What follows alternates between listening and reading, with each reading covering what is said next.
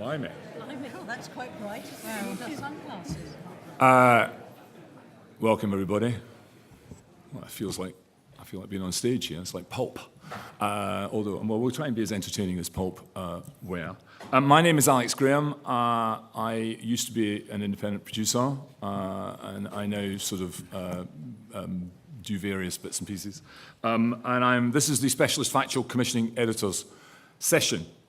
Now, of course, as we all know, we are rapidly moving into a brave new world of crowdfunding and independent producers funding and distributing their shows themselves via the internet. And so, of course, the people on this panel are living on borrowed time in that sense. But for now, at least, they remain, for better or worse, the Medicis of the media. They are the people for if you want to get some decent funding for your project, you sooner or later, you are going to have to talk to one of those people. So we thought it would be useful to get them along here and try and get some insight into what makes them tick.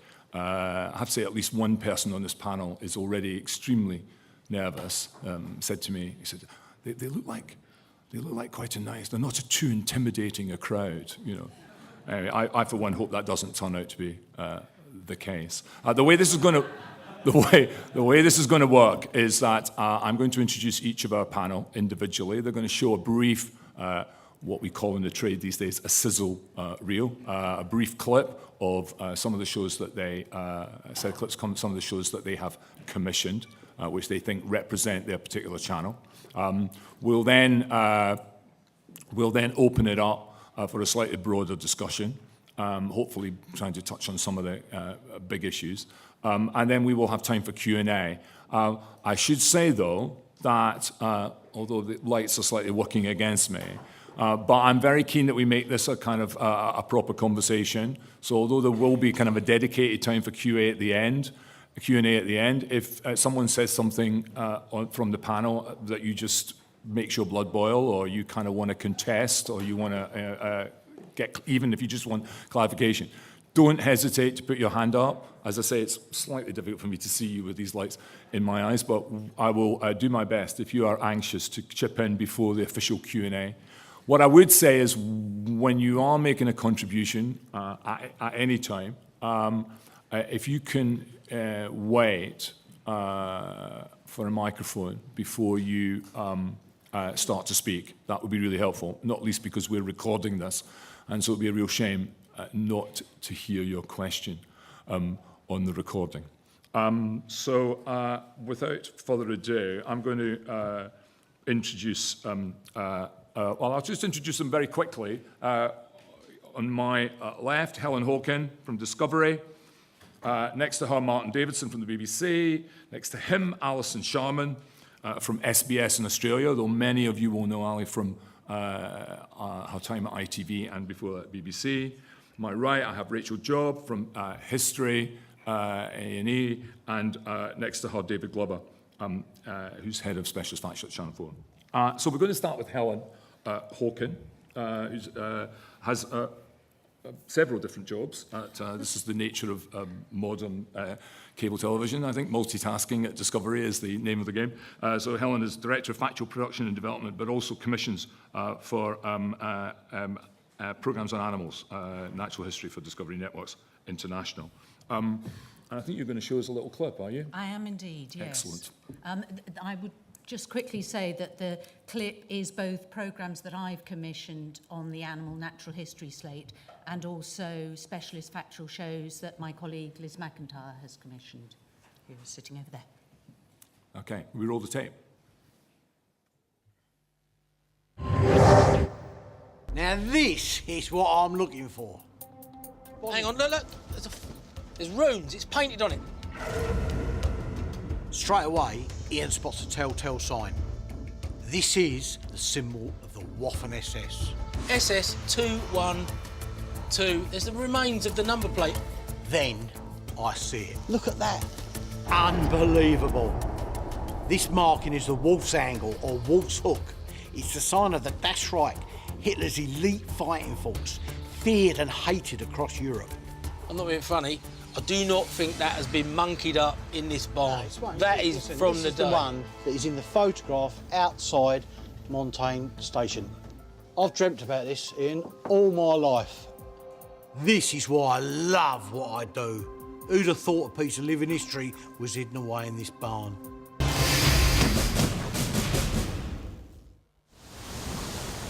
I left the guts of the giant rodent up by the waterfall a week ago. That's very minging. Oh my God, that stinks. That really, really. That says it's a fat with maggots. There's no way I'm eating the rotting guts. But these maggots are rich in protein. Oh, they pop in your mouth.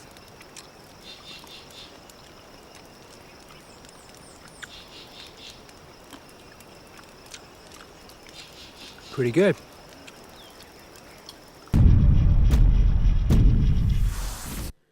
That phone call we got from you?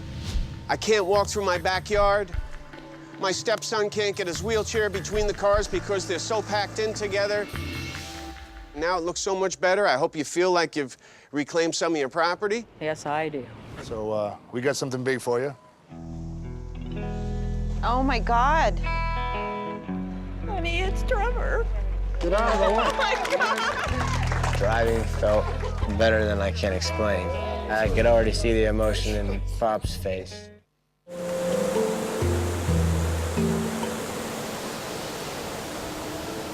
Fireman! Okay. Oh my God. Tank, on board. We're on the edge of the cauldron now, just about to head in. It's like going from a relatively benign environment, a rather lovely tropical afternoon, into the heart of an Atlantic thunderstorm in the space of 10 metres. She was just a few days old. I knew that this was going to be trouble. Orphaned and starving, it would take a miracle to save her. From here on, my mum was very preoccupied. From moments of exhilarating triumph to the depths of despair. She was nearly dead. Daphne's life would never be the same again. There were many years when I refused to talk about Aisha. I loved her like my child. She was very special.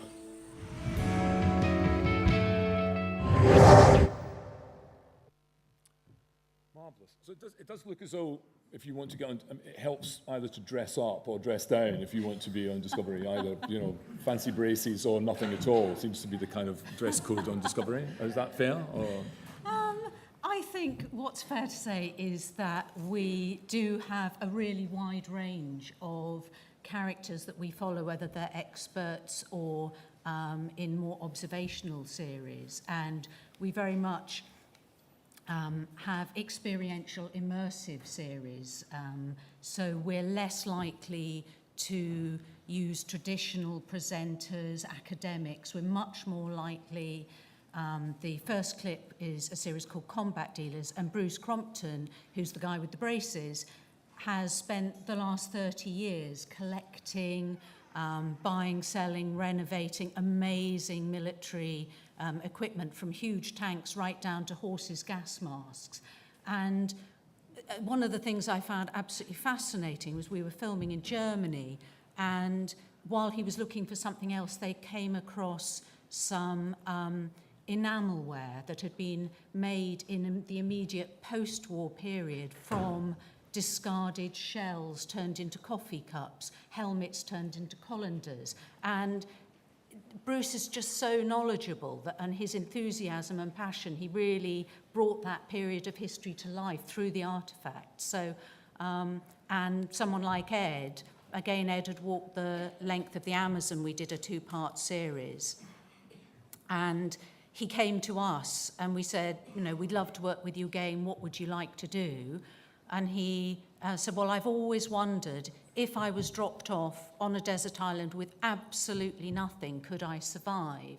And he was adamant that he wanted to go in without a camera crew, without food, without water, without clothes, you know, really to go back to nothing, so that if he struggled, we would see him struggle and we would know that there wasn't a camera crew, you know, hiding behind a rock feeding him Mars bars. So I think that kind of authenticity is core for us. So I think one of the things I hope we might come back to is to talk a little bit about that, you know, that sense of the kind of tensions between kind of the need to make things compelling and televisual, and also, you know, I can't imagine which network you're talking about. I can't imagine any network using academics as a presenter. I love those these shows, days.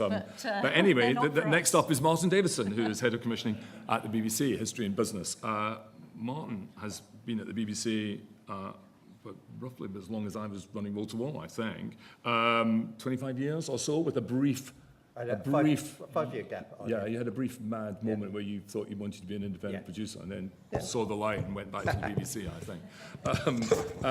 And you were, I think, in 2010, head of commissioning for history and business. Yeah. So we've got to see a tape of yours. There's some clips. I've got a feeling that this was all done by remote control at the last minute. I'm not sure they put programme titles on the clips, but if not, I'll explain what they are, but I hope they're self-explanatory. So if you could run my clips, that'd be great. In the text, I suggested that if we do not see meaningful progress, the day may come, but we may be forced to march through the South the way Sherman did, non-violently. And the other leaders said, no, you can't use that, John. That is too inflammatory. Why, but walls are big in Jewish history, aren't they? Walls of lamentation, walls of the temple, ghetto walls, this. Steve Jabotinsky, the militant nationalist Jewish Zionist leader in the 20s and 30s, talked about the necessity for an iron wall as a condition of there being any realistic chance of a Jewish state surviving. Well, he got it in this, didn't he? This is Merritt's glass black coal eyeliner. Glass was very rare at this time, and it's in the classic Egyptian colour combination of blue and gold. And the black eye paint that Merritt herself applied every day to her own eyes is still inside this vessel. Henry is beginning, it seems, to think about annulling his marriage to Anne. He cannot imagine what he ever saw in Anne Boleyn, and he cannot imagine why, for her sake, he broke with Rome, turned the politics of Europe upside down. Station platforms at Durin are now half a mile long. That's an awful lot of German holidaymakers suddenly very keen to see the delights of Belgium. Well done. I knew there were ammunition wagons coming up, and I thought to myself, well, here's a way out. When they get level with me, I'll ease out and put my leg under the wheel. I should bound to get away, and I can plead it was an accident. We managed to grin when all went wrong, because together we'd fought and fed. Our hearts were light. But now, you're dead, and I'm mateless. Newton was prepared to admit that he built on other people's work, but not the work of people like Hooke. If I have seen further, it is by standing on the shoulders of giants. So, interesting there. I mean, one of the bits of received wisdom that we've all bought into over the last sort of 10 years or more maybe is that the single film is dead, you know, or it's very, very hard to get, you know, that it's, you know, it's all series, it's all formats, it's all... Actually, and certainly as far as the BBC is concerned, there's quite a lot of single... So, I mean, are we wrong to be sort of down on the idea of the single film?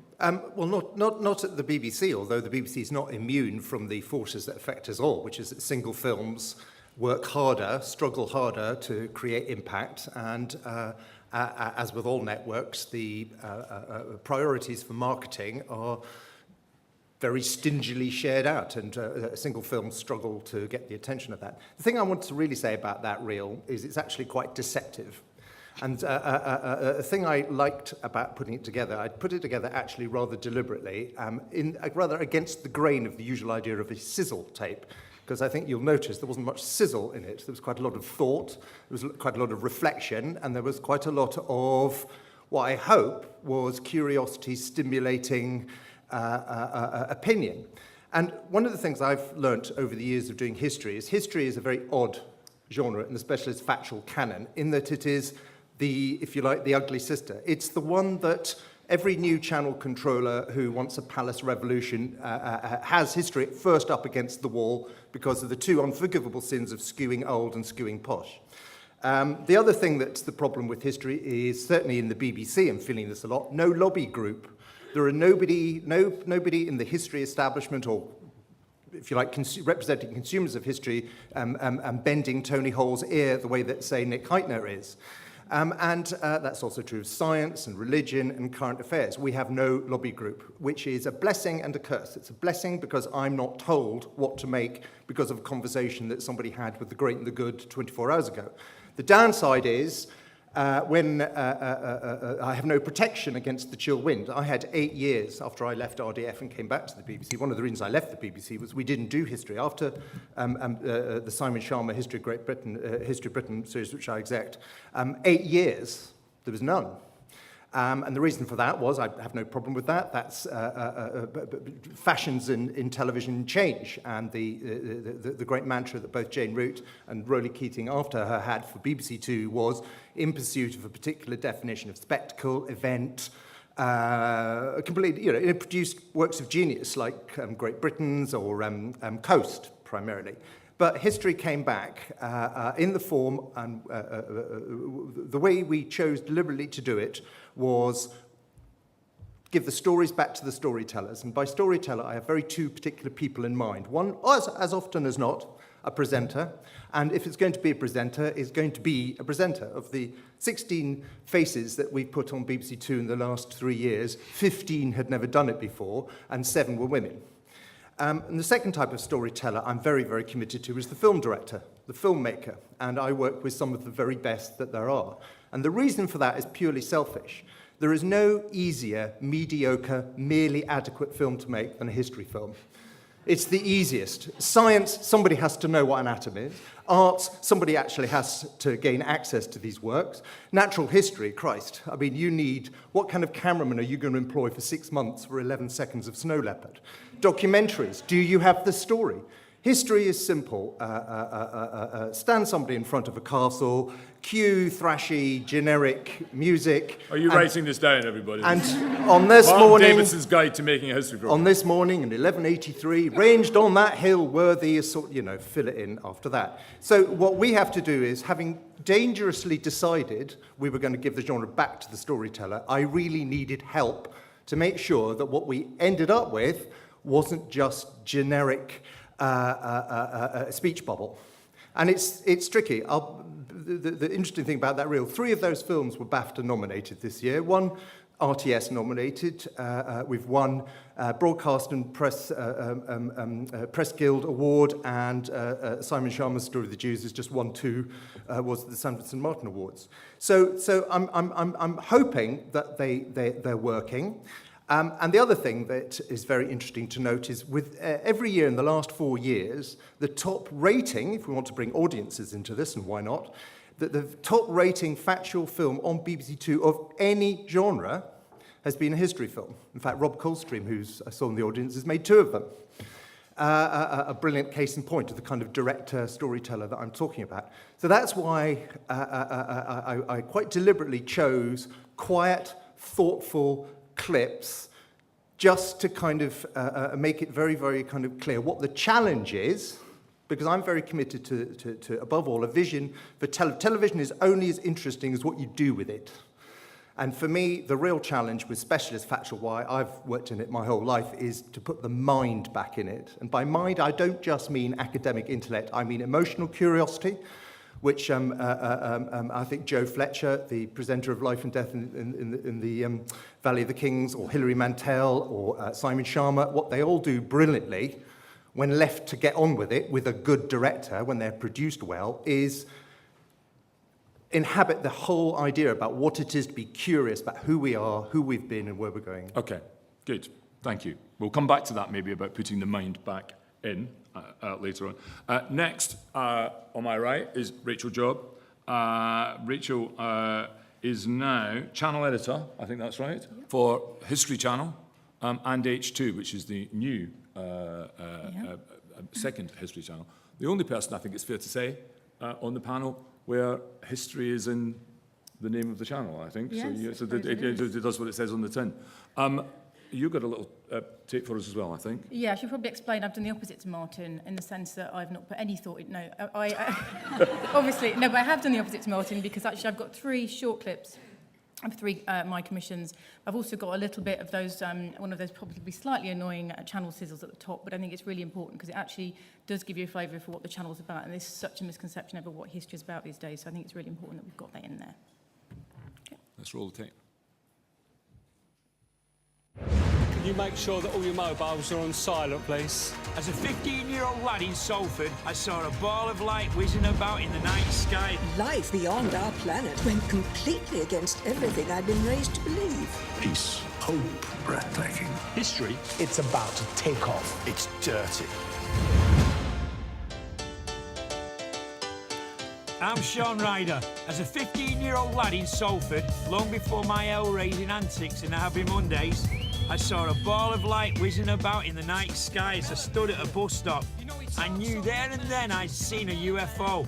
Ever since, I've been obsessed with all things extraterrestrial. Well, you can't see a thing, and you can't talk to anybody. It's just you. And you're sitting alongside 50 other guys. But you're alone. There's nobody. At the feet of the lumbering herons are battalions of smaller machines. They're attack dogs. They rampage the battlefield by the thousands. Fast and merciless killing machines. These bring death at close quarters.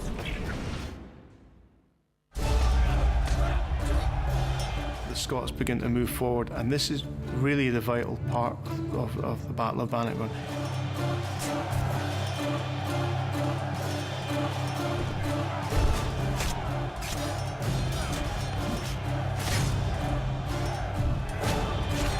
For the first time in Great Britain, in the Middle Ages, a spear formation, an infantry formation, was cutting up wealthy, well-equipped, well-motivated knights. And the English didn't know what to do. What a marvellous clip that last one was, I thought. Well, all I can say, Rachel, if that was a shameless attempt to ingratiate yourself with me, it's worked. Although, seriously, so, I mean, really? Martians, UFOs, I mean, is it fair to say this is history, Jim, but not as we know it? I mean... Yeah. I mean, OK, I'll deal with those two separately. Bit of a coincidence. Bannockburn, marvellous, but I'm just... UFOs and Martians? Is that... So, I mean, obviously, ufology is a science. It's people do study it. Some people believe they exist. There's certainly an interest in what have we seen, what is out there, have we been visited before, and certainly Sean Ryder goes on a mission to meet people that believe that they have, and he's extremely sceptical. I think what's interesting about him as an expert, he came to us saying, I really want to make a show about UFOs, and I just said, that's just so bonkers, it's brilliant. And it was about having someone like him talking about a subject matter that definitely is of interest to our viewers because we've had success with that genre before. He absolutely knows tons about it. He was really, really passionate. I mean, his delivery of that voiceover is entertaining enough for me. And interestingly, in the voiceover booth, apparently his breathing was amazing. Obviously, as a singer, he rarely took a breath. But no, he, and also you're not afraid of him. He's accessible. He's not one of these scary academics. But he still knows what he's talking about, and he's not afraid to ask difficult questions. Great Martian War, again, another sort of slightly crazy but brilliant idea that came to us. It was a co-pro with our colleagues in history in Canada, and that came to us from Impossible Pictures, and they just said we spent a lot of time looking at World War I diaries and World War I testimonies, and the way that they described sort of being in the trenches and the way that they described that kind of warfare was like aliens to them. If you think planes had only just been invented, submarines certainly hadn't been invented, the tank, guns are pretty new at that point.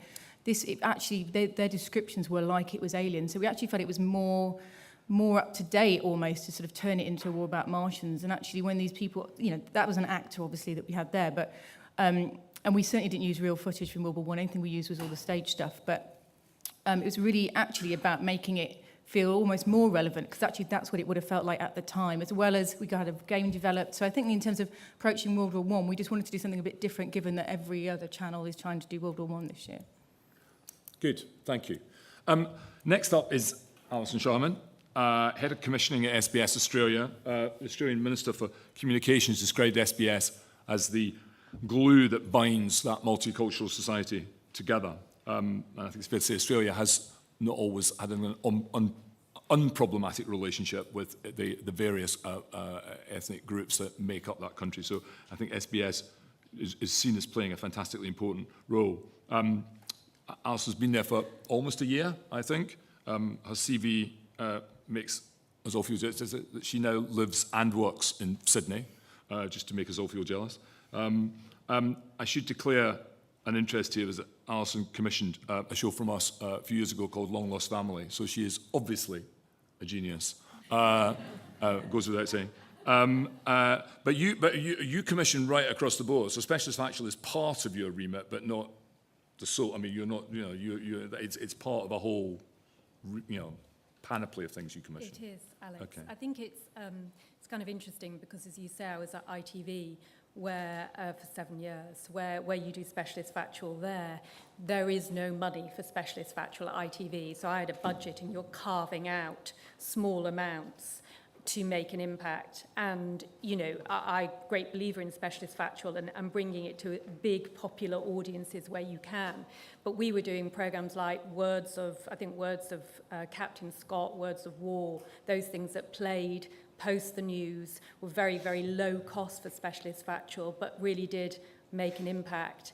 And then you would find things like 9/11, The Day That Changed the World by Brooke Lapping, where that was made for Post the News as 2 1-hours. But when I looked at it, it was so strong and so compelling that I thought, wow, can we put it together and play it at 9 o'clock? But so I was sort of around the edges trying to make stuff work. So I guess what's brilliant about SBS, suddenly, as you say, it is being part of the Medici family. Although SBS doesn't have a huge amount of money, we are able to spend on Specialist Factual. We recognise the importance of it and bringing it to those SBS audiences. So I know we have a smattering of Australians in the audience who will have seen what you do, but quite a lot won't. So we have a little tape. Absolutely, little and I'm trying to ingratiate myself to you, as you'll see in this too. Marvellous, I like that. So, I can just say I had no say in the making up of these reels. I just want to make it absolutely clear there was no external influence. But can we run the SBS tape, please?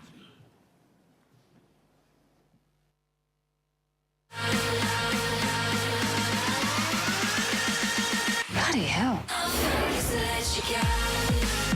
This is Australia exporting environmental degradation, exporting the problem to another nation.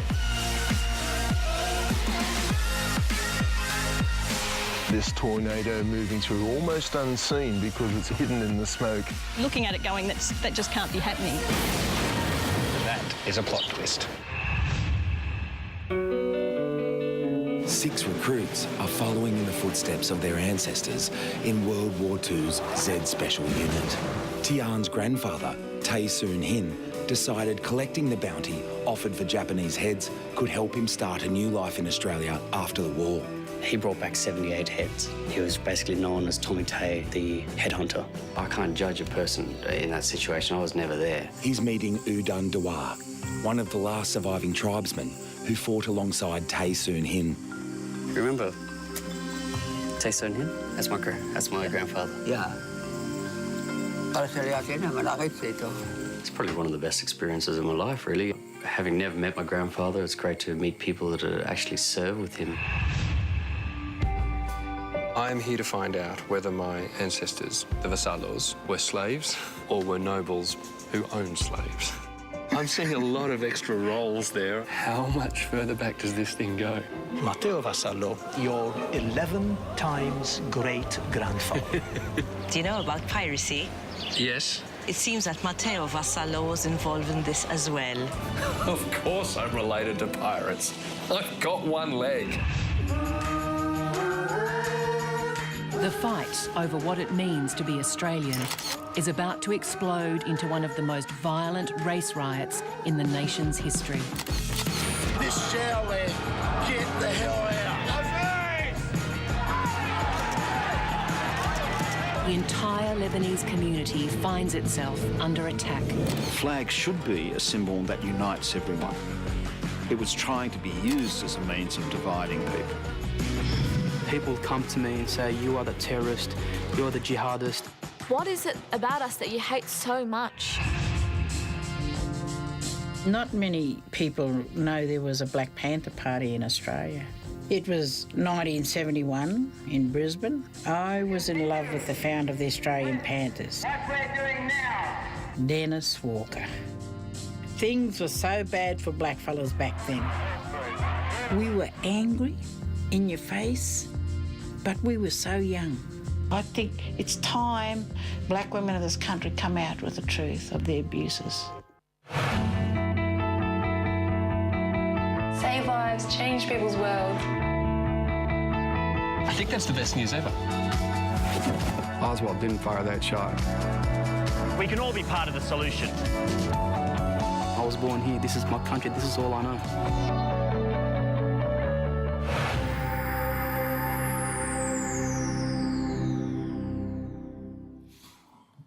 Right, so just briefly, I mean, obviously there is a kind of, the multicultural remit is a big part of SBS, but can you just talk briefly about how, aside from the multicultural dimension, how SBS sits? I mean, obviously you have ABC, which is the kind of, I guess, the BBC and the public service broadcaster, and then you have a series of pretty powerful, strongly commercial channels, and SBS sits in the middle. So how would you kind of briefly describe the kind of, what is it that makes SBS distinctive from both the kind of state network and the kind of big commercial networks? How do you mark yourself out? I think having that charter, which is about sort of celebrating multiculturalism, celebrating diversity.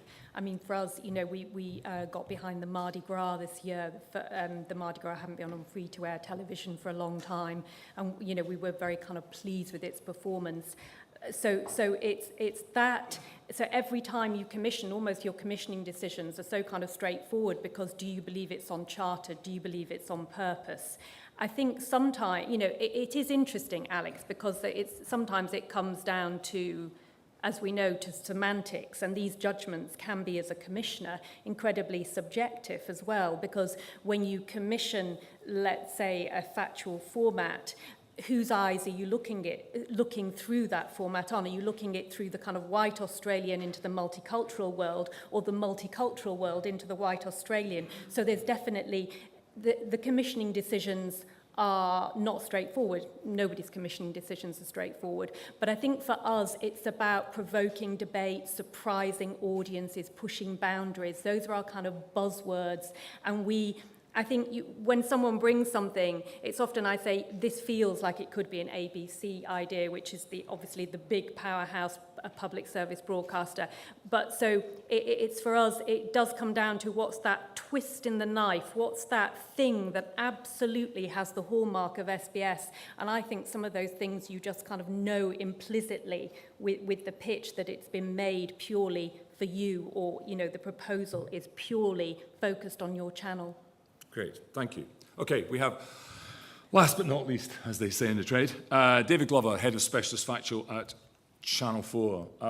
You haven't brought us a sizzle reel per se. No, I have haven't you? bought a sizzle either. Sorry. Well, I that's could okay. do the sizzle verbally. You Should just I try that? sizzle. Yeah, just sizzle away. So, But you are going to show us a bit I'm of going to show you a video. clip in a second. Okay. So basically, yeah. So Specialist Factual, amazingly wide range of stuff on Channel 4. So right on at the moment, for example, we've got Sarah Ramsden's amazing series, My Last Summer. We've got a series called Born in the Wild she did, which is kind of descendant of Inside Nature's Giants. You got Sarah does the science. John Hay does the arts. Does things like Gay Wedding, the musical, on earlier this year. Really interesting film. And Rob Coldstream's just joined us, actually, Martin. You'll be sad to hear. Yeah, exactly. And there he is. And he's looking after his secret history and all that sort of thing. So, and these days on Channel 4, we're trying to do Specialist Factual more kind of eventy and kind of seasons and sort of trying to make a bit of a splash with the stuff we commission. But I just brought along the highlight of my year in the last year to just show you quite a long clip of a thing I did called Live from Space and a bit of reaction to it. So yeah, that was what I was going to show. Okay. I'm going to show them a bit of me, my stuff. We run David's tape.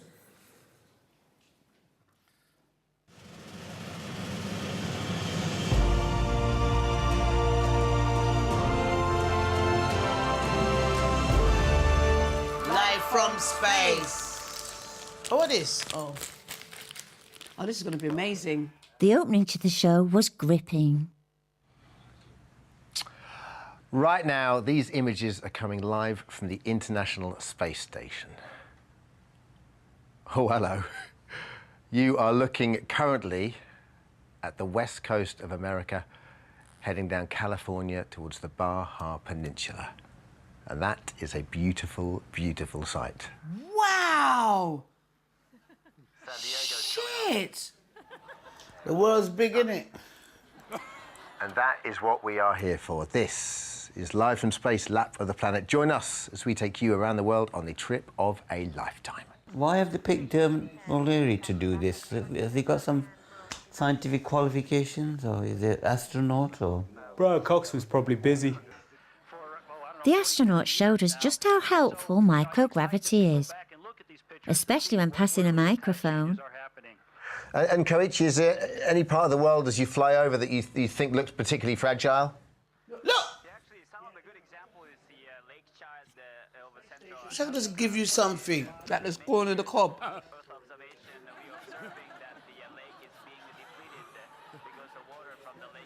Hello there, man.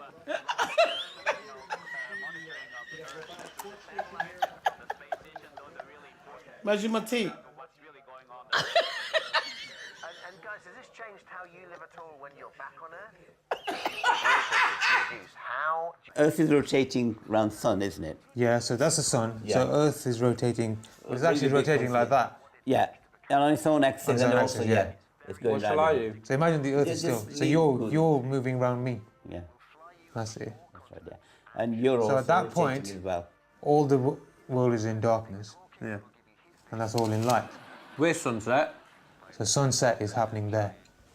As that's going around, sunset, Yeah. sunset. And this is the dusk appearing. That makes Dawn appearing, sense. so, yeah. That was nicely explained, that Yeah. was. And you know what the eclipse is? Yeah, when those two cross. Let's not do eclipse today. We'll do eclipse next week. One thing at a time, though. Oh, okay. Despite the 2.5-hour programme doing its best to enlighten us about space, some of us were still left confused. Yeah, you could see more of the planet, more of the curvature. You see that little rim that goes around? That's what's keeping everything in order. It's all the countries, Russia, Dominica, Africa, China. We're all in that ball. All in that ball. Every country in the whole world is in that ball. Except the stars. Except the stars.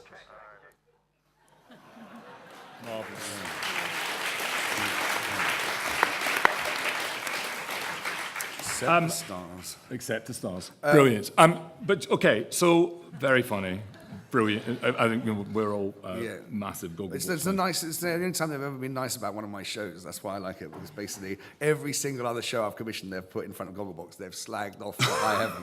And so that's the nicest. Well, it's review I've obviously ever this is the future of Channel 4. Your shows are just eating one another now, Yes, aren't they? they are, Really, yeah, in this exactly, sort of feel. exactly. But there is an interesting point I wanted to ask you about coming out of that, which is that what you have, Gogglebox, one of the great new format successes of the last kind of couple of years, genius, But then the specialist factual bit in here is a piece of event telling, which you have become sort of, in a way, it's become a bit of your signature at Channel 4, event telling.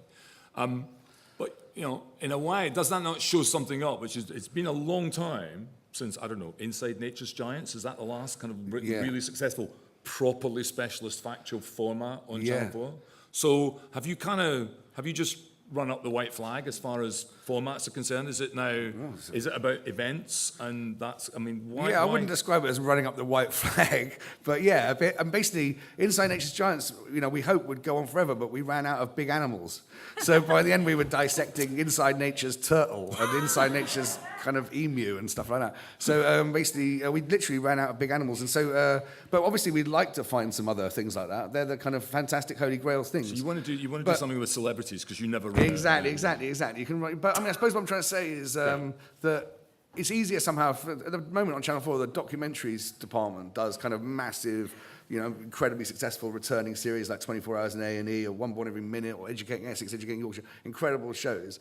And Specialist Factual sometimes finds it harder to do kind of stuff in that kind of volume. And so, yeah, in a way, we are just saying, let's do some things that splash and make a bit of a, you know, throw a grenade in there. And that's kind of cool too. But obviously, if we found another Inside Nature's Giants, we'd be delighted. But they're quite hard to come by. But in the meantime, we're enjoying just doing some kind of event stuff.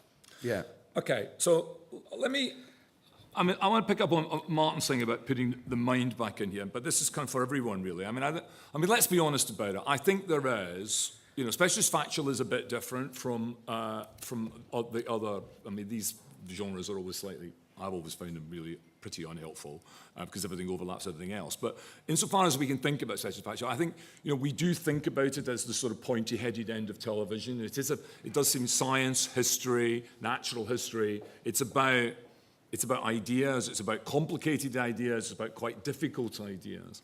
And yet, the truth is, I mean, and I think it's particularly true of the commercial and probably the smaller commercial channels, you know, doing that stuff, you know, the kind of, you know, the stuff with mind in it is hard, isn't it? I mean, because you need to be a bit noisy, you need to find other ways. So how, I mean, I suppose my question is there do you feel, I mean, this for, you know, for Helen and Rachel, so, I mean, is there any sense in which there's a kind of you feel a duty on you in Specialist Factual to actually be a bit smarter, have more ideas in the shows rather than just, or is it at the end of the day, it's telly and we need an audience?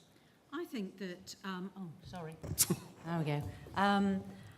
I think that, you know, obviously Discovery's core programming, whether it's Discovery Channel or Animal Planet or Quest, our free-to-air channel in the UK, is factual, and we broadcast, D&I, our production and development department, broadcasts in over 220 countries and territories. And so the one thing, we've obviously done quite a lot of research because some of the programming we make in our department is to broadcast internationally, to work for all of those audiences. And the one thing that seems to join them is an insatiable curiosity and a desire to know more about the world around them.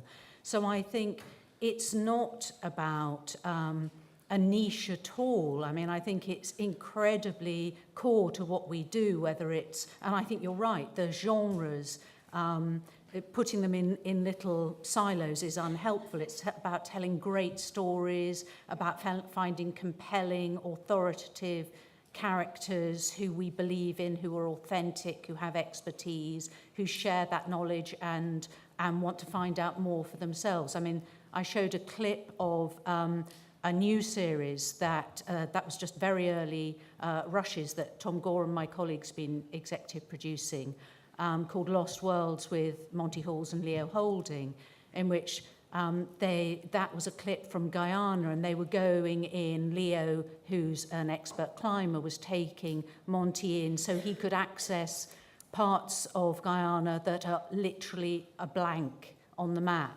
and take him in so they could survey waterfalls and look for, you know, wonderful creatures that hadn't been found before. So I think there's a huge appetite actually for learning, but learning isn't just the classroom. Classroom learning's great, but it's also about our everyday lives, being curious, wanting to know more. Rachel, what about history? I mean, do you feel a sense of, there's a kind of responsibility on you to kind of, I remember when History Channel first launched, long before you did, there was a brilliant stand-up comedian who described it as, with a reference to Animal Planet, I think, described History Channel originally as all Nazis all the time, But I mean, now you could. There is a sense that you watch history and you think, well, it's kind of, it is kind of everything but history. Or is that really unfair? I think that's a little unfair. We are a commercial channel, as you said, with no public service remit. And actually, I think it's about how you define history, really. I think a lot of us think of history as being the kind of dry subject we were taught at school. And I sort of liked it at school, and I only really got to like it as I got a lot older. And I think that's the way that our viewers think. And what we've almost done is kind of pull back those guys, and mostly men, but not all, pull back those guys who kind of didn't really pay much attention at school and are now starting to wish they did. And also it's about the execution. You don't have to do a, talking head archive and this kind of voice of God narration that's in a very kind of RP, Oxford English voice. Actually, history can be, it's all around us. Everything we touch, everything we feel has history to it. So let's kind of come at it from a different angle. Let's talk about it in the present tense and go back that way. I think we've got lots of series on the channel where we dig back into the past. We've got a series called Grave Trade that's done very well for us. We've done 2 series of it. And it's an obdoc set in of funeral directors in East London, and then we juxtapose that with archaeologists. So it's people who put us in the ground and people who dig us back up again, and we make comparisons. And it really feels present, it really feels relevant. You've kind of got real, true East End family running this funeral directors. It doesn't feel kind of quite stuffy. It doesn't feel like the subject history at school, yet there's tons of stuff in there, and there's definitely a need for kind of knowledge and learning that comes out of it. Martin, you talked about putting mind back, and I get that. But on the other hand, you are in a pretty privileged position. Some of these shows deliver quite big numbers, but the age profile of these shows, the people watching these shows are even older than me. Well, they aren't. Absolutely. Anyone who works at the BBC, we're doubly privileged. First of all, we're privileged by the way we're funded as a network, and secondly, we're privileged as commissioners and producers who work within genres that they love, in that those genres are, relatively speaking, well protected. And yes, the vagaries of our industry come and go, hot and cold. Nobody can be absolutely insulated from that. But yes, that's the point of public service broadcasting, and we're lucky. And I'd like to think, as British audiences, they have the best of us all. And I think one of the advantages of that is that none of us have to be everything to everyone. I would say that the thing about specialist factual rather than the documentary is that I'm very conscious that I'm a subset of the documentary. And the very easy test for that is, a golden rule I have is that very few people woke up this morning determined that by the time they went to bed tonight, they would know more about the 100 Years' War or the human genome. But most people woke up this morning still very anxious about relationships, money, their job, the weather. All the stuff that is the absolute backbone of documentary, I think, is closer to an audience's natural sense of curiosity, talk about being close to the audience, close to everyday preoccupations. So that means, it goes back to what I mean by storytellers. In the specialist factual genres, natural history, science, religion, all of that lot, we have to work harder to bring the audience to a subject. The great thing, I used to have the amazing privilege of being able to commission onto BBC 4 as well. And the joy of BBC 4 was, in that era, you could actually, the audience would come to the subject. On BBC 2, what we have to do is take the subject to the audience. And that does involve, what we're all involved in to a greater or lesser degree, is we do have to do something to the subject. First of all, I think, turn it into an idea.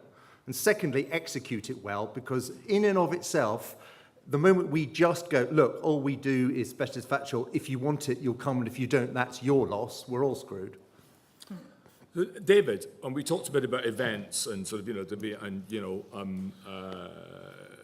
Gogglebox, obviously, another Stephen Lambert triumph. So is there a sense in which those, obviously big and ambitious is a big part of what you are trying to do. Does that mean that it's harder for you to work with emerging, small, independent producers, less experienced independent producers? No, actually, we can. Or if not, how do you marry that desire for, Space Live is kind of a big, scary project. So how do you get around that problem of wanting to work with it? In fact, I might actually, at the end of the show, a clip from another thing, which is basically made by a Clear Story and tiny indie, the first time they'd done sort of specialist factual of the kind we were doing, which is kind of event.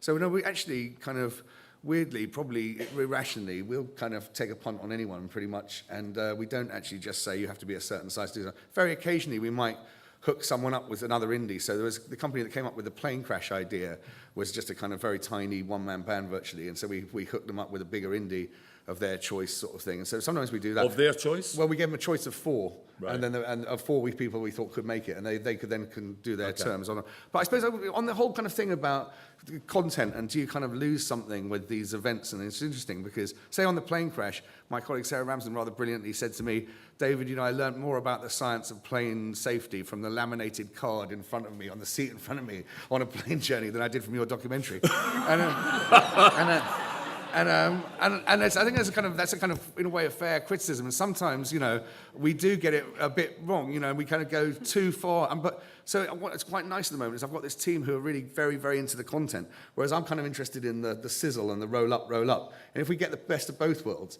But I want to show you a clip where we didn't necessarily get the content right at all. Another one of my slight mistakes, maybe.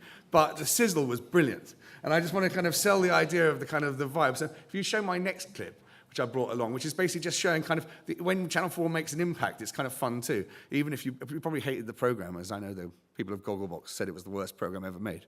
Anyway, so here's a clip about the reaction to Sex Box, is what this is.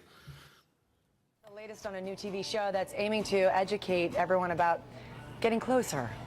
It features couples who share their most intimate moments live with a TV audience. And at this point, I'll let Dan Harris take it from there. Okay. Dan? Yes, thank you very much, Larry. I appreciate that. I'll get it from here. This is serious stuff. The show is called Sex Box, and it features people having sex in a box. Anne-Charlotte, est-ce que ça a plu, là, les premiers numéros de cette émission Sex Box ou pas du tout? There's a brand new TV talk show called Sex Box, and guests actually have sex in a box right there in the studio. Au nom plutôt explicite, Sex Box. رجل وامرأة بيدخلوا إلى علبة كبيرة سكس بوكس برنامج تلفزيوني بريطاني جديد. It involves couples having sex in front of a live studio audience. The show debuts next month on Britain's Channel 4, already known for racy programming like The Joy of Teen Sex. Executives say Sex Box is an attempt to generate serious dialogue in the midst of an explosion of online pornography, which is distorting people's expectations of sex. As one critic put it, Sex Box is an attempt to boost ratings while pretending to help society. We realise that it might be a controversial sounding idea, but when you actually watch the programme, it's incredibly chaste. You don't see anyone having sex, you don't hear anyone having sex. It's a private space. People are learning sexual experiences through pornography, and it makes the real experiences seem very different. Love it or hate it, Sex Box has to rank as one of the most provocative stunts ever on TV, up there with Fox having little people race camels. Dans une boîte sur le plateau de l'émission, et ça ne passe pas du tout. Shocking. So is Sex Box too out of the box for American audiences? What does Mama say? Mama says, now look, I know that if you are lucky, if you are one of those who has a great partner, I want you to have some sex. I want you to have some good sex. But Mama doesn't want to see it. Don't put it in a box, then open it for me to look at. Keep some things, what? Private. Okay, we're coming towards that time when I'm going to open up to the audience. So I just want you, I'm giving you a couple of minutes warning so you can, I don't want that embarrassing moment when sort of nobody puts their hands up, so please be thinking about an intelligent question you would like to ask. But just while you're doing that, Alison, I mean, you've been out of the UK now for almost a year. I mean, having left, I mean, do you kind of see, well, I'm interested in as the kind of the view from the antipodes, as it were. I mean, seeing it from the outside, arriving, you know, like sort of, you know, David's from, you know, looking at it as it were from space. I mean, what's your sense of this kind of where we are in terms of specialist factual in the UK? I mean, I think what's really interesting, I was reading a piece, Media Guardian online, just about the magazine industry and about the growth in the magazine industry. And what's kind of interesting is the big growth areas have been things like Empire, the film magazine, which I think is kind of fascinating because, you know, you could say, why do people want to buy a magazine that's about film when, you know, actually, but it's become more and more specialist. It's gone, you know, it's invested very, very heavily in its content and informing audiences or its readers. And I think that's kind of interesting. If you look at that magazine model, the magazines that are kind of thriving are things like Men's Health, Empire magazine, which have actually really invested and are about nourishing and informing, whereas actually the other magazines that aren't working. And I think that's kind of quite indicative of what, for me, feels like it's happening in television, that actually, yes, there is the kind of popcorn and people do want to be entertained, and absolutely that's vital and important, but people do also want to sit on their couch and learn something.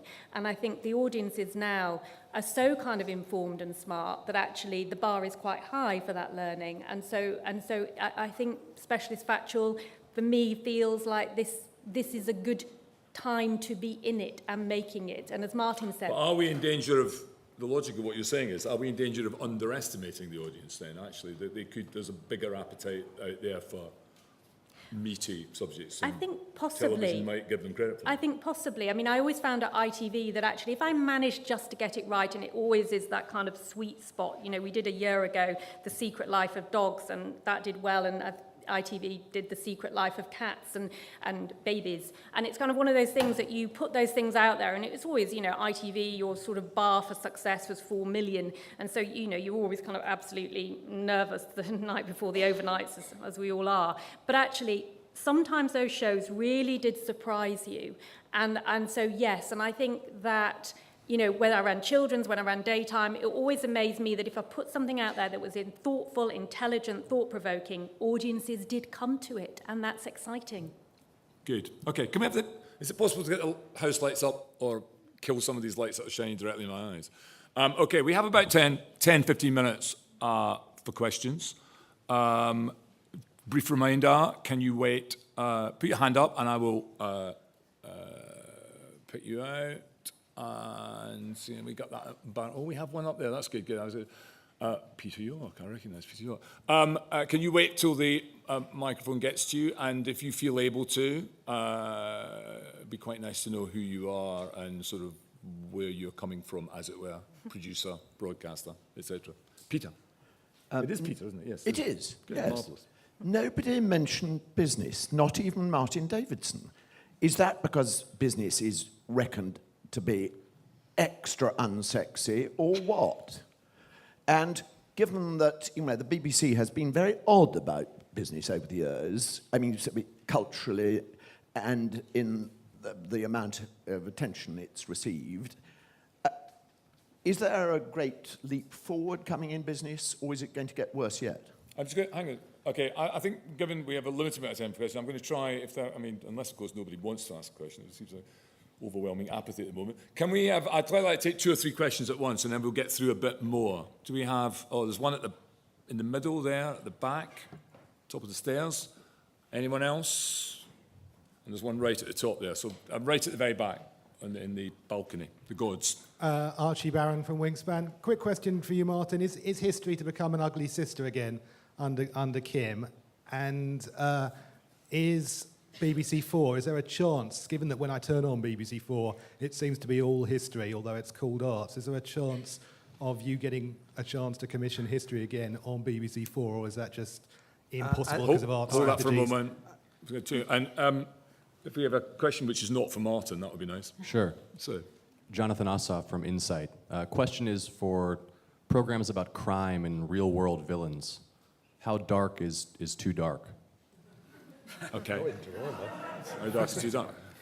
Okay, so Martin, do you want to answer? So there's a question about, so why did you just suppress business because it's not sexy enough? No, not at all. I think I'm the only person here who has a business thing. I mean, we just did a series looking at 4 industries that have thrived in the recession. Brilliant films about the self-storage industry, coffee wars. So we do them, Amazon, and they do all right. They get overshadowed in the BBC by what my colleagues in the entertainment department do with Dragon's Den and The Apprentice. years. So we try, it's a residue from the money programme. We tend to do more financial and economic journalism-led. Can rate very well. Evan Davis did a brilliant three-parter on Made in Britain, full of good news stories, and that was rated over 3 million, which is extraordinary for business.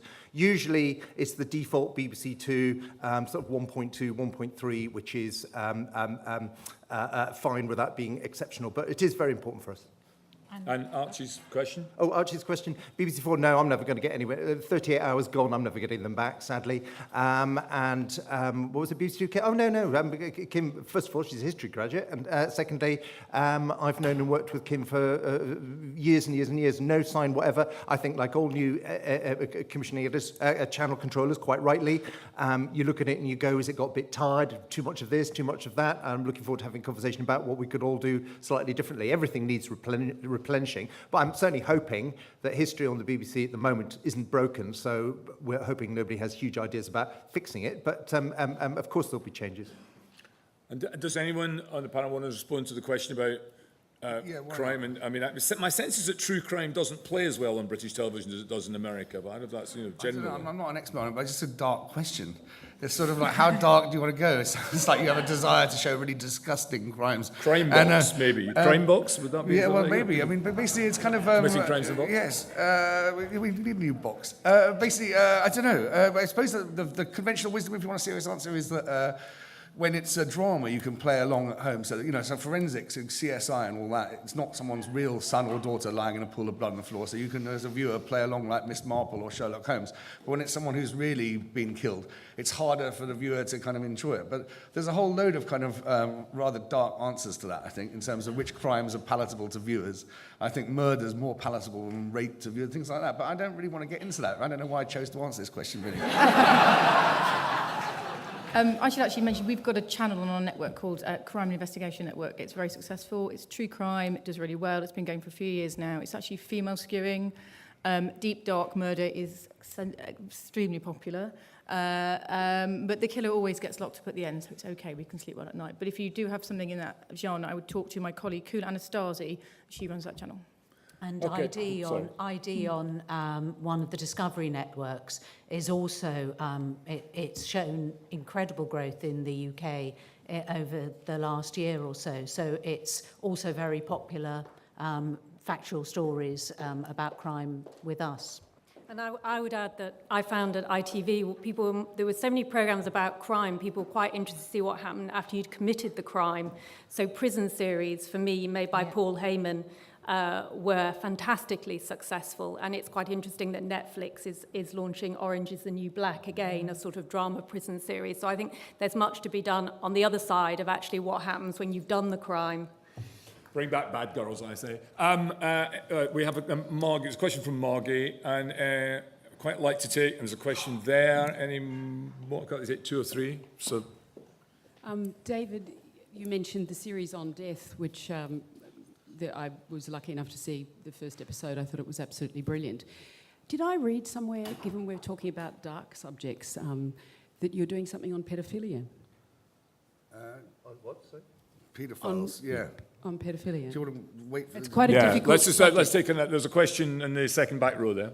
Hi, my name is Ella and I'm a Neanderthal specialist, and I'm really interested in the use of comedy in science documentaries and the use of comics in particular recently. The BBC seems to be going that way, and I'm just wondering if this is something that we think will spread, the use of comics to kind of communicate sometimes harder subject matter. Okay, any more? You got any more questions? There's one up at in the gods again at the back there, and then we'll take this little cluster, I think.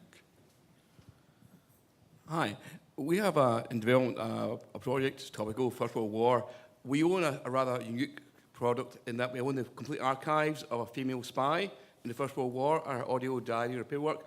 We're looking for a partner to take us forward, because obviously we don't have infrastructure under the management to take it to its fullest potential. How would the panel assist us take it forward with bringing a partner indie company? Or okay, that's a good question. Can we? I'm going to keep that one till last, actually, because I think it'd be useful for the panel, give the panel a chance just to. I mean, you can answer that question directly, but also maybe if you want to just talk about how you work. I mean, just in terms of very briefly, so we get a sense of. So we had Margie, I'm sorry, slightly, that was a question directly, specifically at David, was it? It's really following up on what subjects are dark. Yeah. Okay. I mean, definitely. I mean, basically, I think that sort of, certainly at Channel 4, sometimes you have to go against the accepted wisdom. And basically, obviously, death's a very hard subject to get to people to. But Sarah Ramsden completely fought for that series and, kind of got it away. And it's now unbelievable. It's one of the best things on TV. And I think it's profound. And because it's kind of going against the waves. In a smaller way, I'm just doing a one-off about the history of paedophiles in Britain with Steve Humphries and Rudolf Herzog, which should be amazing. But again, we're not expecting it to get huge audiences, but I think it's an important film. But so sometimes we'll go again, even though it's probably too dark for an audience, we don't care because we care about the subject and we think it's interesting to do. So that's kind of a straight answer. And who wants to take a question about? So your question was about comics, comedians. I take it you mean? Yeah, the use of which is sort of. I mean, it's a kind of subset of a general sort of celebrity presenter. I mean, Sean Ryder's another example, isn't it? Dara O'Brien, isn't it? Who has a science degree, doesn't he? PhD in astrophysics. Yeah. So are we saying? So again, it comes back to that general thing. I mean, are we talking about? In the end, it's about the presenter's about bringing an audience rather than them having specific expertise. It's also about their kind of passion, isn't it? Because actually they're going to ask some brilliant questions because they really care about the subject. Yeah. Yeah, passion and chemistry, because usually they're teamed up with somebody. Certainly, the attitude we have to that on the BBC is there's warmth and there's personality. There's also the small thing of not everyone's a good broadcaster. That you are looking for people who have that skill set called we're good at broadcasting. And by and large, I mean, I couldn't absolutely put my hand on it, but by and large, I'm pretty sure most of the figures from the worlds of entertainment and comedy that we use to front up specialist factual output at the BBC tend, it turns out, to have, Ben Miller's another, they have extraordinarily specific degrees and expertise, which gives their passion a bit of ballast. Okay, I'm afraid we are right up against time, but would one of you, I'm going to let all of you answer this question about, sorry? Okay. Would anybody like to? What audio? You have an audio diary of a female spy? Well, basically, what actually happened, I acquired her medals, her audio diary, or her archives, her German archives, her Dutch archives, or events or incarceration while she was involved in resistance in World War I. I have also her audio diary she made before she died in '79. I've done development research on it. I want to partner with somebody so that this story, which is unique, female empowerment, and all the rest of it, gets out there and gets read. But it's a topical subject. World War I. It's a female spy. She got an MB. She's military. Okay. I suspect, first of all, you could probably buttonhole anyone here on the panel individually. It's probably a level of specificity there that's maybe a bit too much for this. But also, I suspect this room is full of producers, so you can either come directly to broadcaster, or actually there's a lot of producers here who might be interested in having a conversation with you afterwards. I am going to wrap this up now. I'm sorry we have run out of time. I'd like to thank all of you for coming. I'd like to thank my panel, Alison Sharman, Martin Davidson, Helen Hawken, Rachel Job, David Glover. Thank you very much. Enjoy the rest of the festival.